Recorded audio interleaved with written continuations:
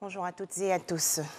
Des images pour commencer. En Côte d'Ivoire, des prières dites et bénédictions faites hier à la grande mosquée de la Riviera Golf dans la commune de Cocody pour le repos des âmes de deux personnalités. L'ex-ministre de l'administration du territoire Sidiki Diakité et l'ex-président de la Fédération ivoirienne de football Sidi Diallo. Cérémonie en présence du Premier ministre Ahmed Bakayoko, représentant le président de la République Alassane Ouattara. Toujours en Côte d'Ivoire, le lancement des travaux de renforcement de l'alimentation en eau potable de 5 villages de la sous-préfecture de Songon, dans le district d'Abidjan, en présence du ministre de l'Hydraulique, Laurent Tchagba.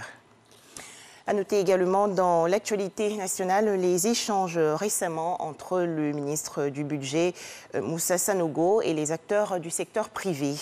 Objectif, préparer l'entrée en vigueur de l'annexe fiscale 2021. Les précisions de Cheikh Koné.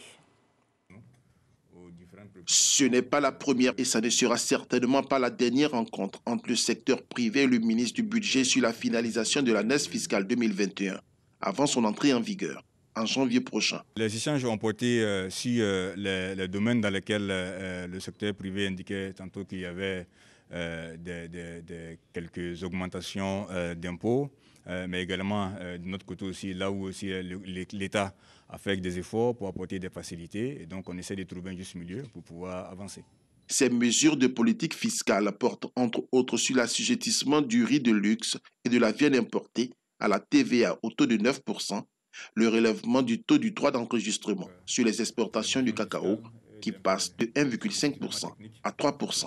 Vous savez, quand on fait un test fiscal, il peut y avoir quelques évolutions haussières dans tel domaine, mais également des évolutions baissières dans tel autre domaine. Et donc on essaye de faire un savant équilibre pour faire en sorte donc que aussi bien l'État que le secteur privé puissent continuer de travailler avec la plus grande sérénité.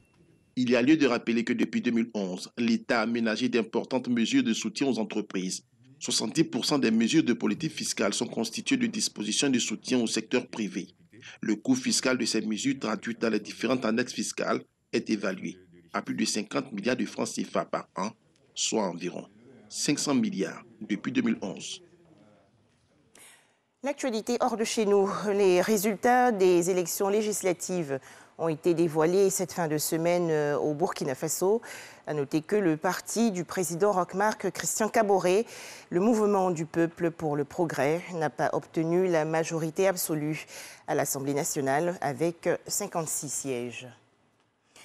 Plus de 100 fermiers tués par les combattants de la secte Boko Haram le 28 novembre dernier dans le nord-est du Nigeria, alors que les habitants de la région se rendaient aux urnes pour élire leurs représentants et conseillers locaux. La région, faut-il le préciser, est secouée par une insurrection djihadiste qui a fait 36 000 morts et plus de 2 millions de déplacés depuis 2019. La situation en Éthiopie, les autorités éthiopiennes affirment avoir pris le contrôle total de Mekele, la capitale de la province dissidente du Tigré. Situation difficile, bien sûr, pour la Croix-Rouge qui affirme que les hôpitaux de la ville sont débordés et manquent de tout.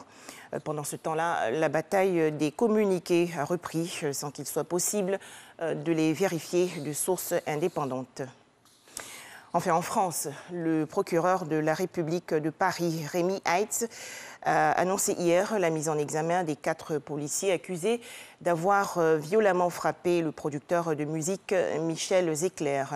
2 d'entre eux ont été placés en détention provisoire la nuit dernière et les 2 autres placés sous contrôle judiciaire. La suite des investigations va être confiée à un juge d'instruction.